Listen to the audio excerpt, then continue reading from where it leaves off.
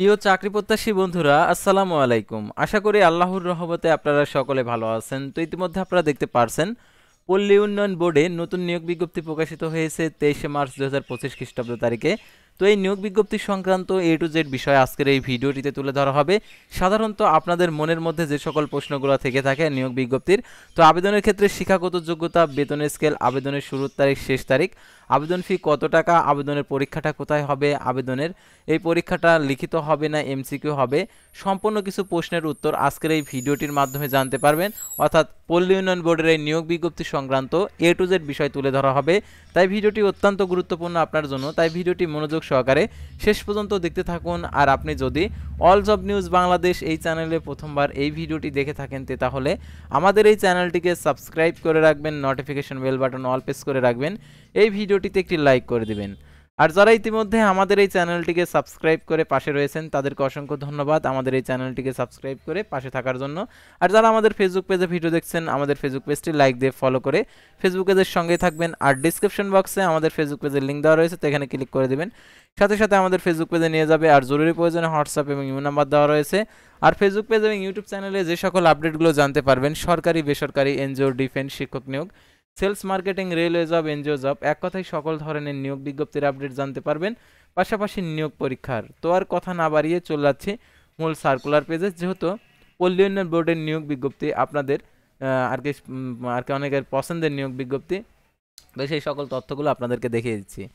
তো দেখতে পাচ্ছেন 23শে মার্চ 2025 খ্রিস্টাব্দ তারিখে প্রকাশিত সরকারি নিয়োগ বিজ্ঞপ্তি। বাংলাদেশ পল্লী উন্নয়ন বোর্ডের রাজস্ব বাজেটভুক্ত শূন্য পদে অস্থায়ী ভিত্তিতে বিধি মোতাবেক সরাসরি জনবল নিয়োগের জন্য নিম্নে বর্ণিত পদসমূহ বাংলাদেশি স্থায়ী নাগরিকদের নিকট হতে থেকে brdb.teletalk.com.bd ওয়েবসাইটে নির্ধারিত সময়ের মধ্যে অনলাইনে আবেদনের আহ্বান করা হচ্ছে। অনলাইন ব্যতীত কোনো প্রকার আবেদন গ্রহণ করা হবে না। আর দেখতে পাচ্ছেন এখানে পদের নাম, বেতন গ্রেড, পদের সংখ্যা, ন্যূনতম শিক্ষাগত যোগ্যতা, অভিজ্ঞতা।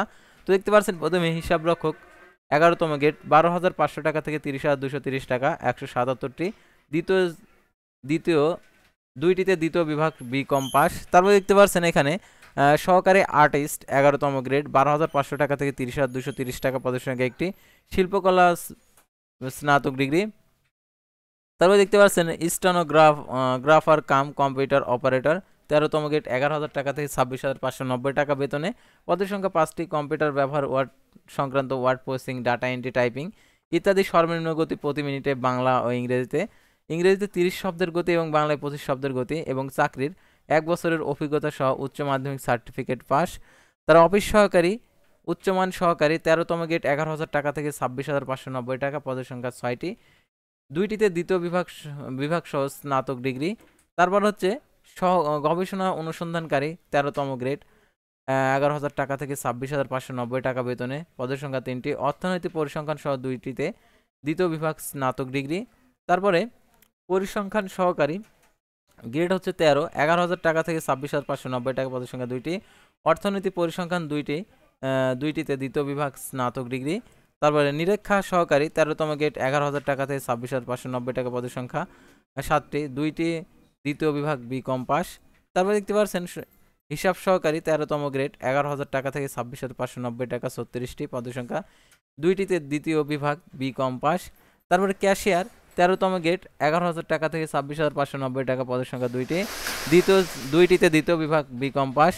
তারপরে steno typist cum computer operator 14তম গ্রেড 10,200 টাকা থেকে 24,680 টাকা, পদের সংখ্যা 7টি। কম্পিউটার ব্যবহার সংক্রান্ত, word processing, data entry, typing ইত্যাদি। সর্বনিম্ন গতি ইংরেজিতে ও বাংলায় যথাক্রমে মিনিটে 30 শব্দ এবং বাংলায় 25 শব্দের গতি থাকতে হবে, এবং উচ্চ মাধ্যমিক সার্টিফিকেট সমান পাস। প্রশিক্ষক 15তম গ্রেড 9,700 টাকা থেকে 23,490 টাকা, পদের সংখ্যা একটি। উচ্চ মাধ্যমিক সার্টিফিকেট সমান পরীক্ষায় উত্তীর্ণ, সংশ্লিষ্ট ট্রেডে 2 বছরের ডিপ্লোমা সার্টিফিকেট। তারপর ড্রাফটম্যান পদের সংখ্যা একটি 15তম গ্রেড 9,700 টাকা থেকে 23,490 টাকা, ড্রাফটম্যানশিপের সার্টিফিকেটে উচ্চ মাধ্যমিক certificate pass.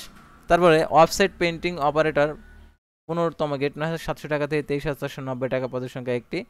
Offset ল্যাথো electrical stencil কাটার ডুপ্লিকেটিং মেশিন চালানোর 2 বছরের অভিজ্ঞতা সহ বিজ্ঞান বিভাগে উচ্চ মাধ্যমিক সার্টিফিকেট পাস। তারা অফিস সহকারী কাম কম্পিউটার অপারেটর ১৬তম গেট ৯৩০০ টাকা থেকে ২২,৪৯০ টাকা, পদের সংখ্যা ৩০টি। এসএসসি পাস, কম্পিউটার ব্যবহার সংক্রান্ত ওয়ার্ড প্রসেসিং, ডাটা এন্ট্রি ও টাইপিং ইত্যাদি সর্বনিম্ন গতি ইংরেজি বাংলায় প্রতি মিনিটে যথাক্রমে ৩০ শব্দ এবং ২৫ শব্দের গতি। তারপরে ডাটা এন্ট্রি অপারেটর ১৬তম গ্রেড ৯৩০০ টাকা থেকে ২২,৪৯০ টাকা, পদের সংখ্যা ৩টি। কোনো স্বীকৃত বোর্ড হতে উচ্চ মাধ্যমিক সার্টিফিকেট সমান পরীক্ষা উত্তীর্ণ, কম্পিউটার মুদ্রাক্ষরকে প্রতি মিনিটে বাংলায় ২০ শব্দ ও ইংরেজিতে ২০ শব্দের গতি থাকতে হবে। স্ট্যান্ডার্ড অ্যাপটিটিউড টেস্ট উত্তীর্ণ হতে হবে। প্রুফ রিডার ১৬তম গেট ৯৩০০ টাকা থেকে ২২,৪৯০ টাকা, পদের সংখ্যা ১টি। প্রুফ রিডিং ২ বছরের অভিজ্ঞতা সহ এসএসসি পাস। তারপরে স্টোর কিপার ১৬তম গেট ৯৩০০ টাকা থেকে ২২,৪৯০ টাকা, পদের সংখ্যা ১টি। স্টোর কিপার হিসাবে 2 বছরের অভিজ্ঞতা সহ এসএসসি পাস। তারপর অফিস সহায়ক 20তম গ্রেড ৮,২৫০ টাকা থেকে 20,০১০ টাকা, পদের সংখ্যা 50টি, 8ম শ্রেণী পাস। তো এখন আপনারা যারা আবেদন করতে যাচ্ছেন অবশ্যই অনলাইনে আবেদনের যে শর্তাবলী রয়েছে এগুলা দেখিয়ে দেব, এবং পরীক্ষাটা কোথায় হবে এবং পরীক্ষা লিখিত হবে না এমসিকিউ হবে, আর পরীক্ষাটার ধরন কি, আর প্রবেশপত্রটি কিভাবে আপনারা পাবেন সেটাও আপনাদেরকে দেখিয়ে দিচ্ছি। তো দেখতে পাচ্ছেন অনলাইন আবেদনপত্র পূরণ পরীক্ষার ফি জমা দানের শুরুর তারিখ brdb.teletalk.com ওয়েবসাইটে সরাসরি দাখিল করতে হবে। আবেদনের সময়সীমা নিম্নরূপ: অনলাইন আবেদনপত্র পূরণ পরীক্ষার ফি জমা দানের শুরুর তারিখ 25/3/2025 সকাল 10টা। অনলাইন আবেদনপত্র জমা দানের শেষ তারিখ 4/5/2025 বিকেল 5টা। অনলাইন আবেদনপত্র জমা দানের শেষ তারিখ অর্থাৎ 4/5/2025 তারিখ বিকেল 5টার মধ্যে কেবল ইউজার আইডি প্রাপ্ত প্রার্থীগণ 72 ঘন্টার মধ্যে এসএমএস এর মাধ্যমে বিজ্ঞপ্তির বর্ণিত নির্ধারিত পদ্ধতি অনুসরণ করে পরীক্ষার ফি জমা দিতে পারবেন। নির্ধারিত তারিখের বা সময়ের পর কোনো আবেদনপত্র গৃহীত হবে না। শেষ তারিখ ও সময়ের অপেক্ষা না করে হাতে পর্যাপ্ত সময় নিয়ে আবেদন প্রক্রিয়া সম্পন্ন করতে প্রার্থীকে পরামর্শ দেওয়া হলো। সাধারণত আপনারা অনেকে আছেন শেষ তারিখে আবেদন করতে যান, তখন সার্ভারটা প্রবলেম থাকে, আবেদন করতে পারেন না, সেজন্য তারা এই কথাটা বলছে। আর অনলাইন আবেদনপত্রে 300x300 পিক্সেল ছবি, 300x80 পিক্সেল স্বাক্ষর আপলোড করতে হবে। ছবির সাইজ 100 কেবি আর স্বাক্ষরের সাইজ হচ্ছে 60 কেবি। আর এটা হচ্ছে ছবির সাইজ হচ্ছে যেটা হচ্ছে 300x300 পিক্সেল, আর ছবির স্বাক্ষরের সাইজ হচ্ছে 300x80 পিক্সেল। আর এটার জন্য হচ্ছে ছবির জন্য সাইজ হচ্ছে 100 কেবি আর স্বাক্ষরের সাইজ হচ্ছে 60 কেবি।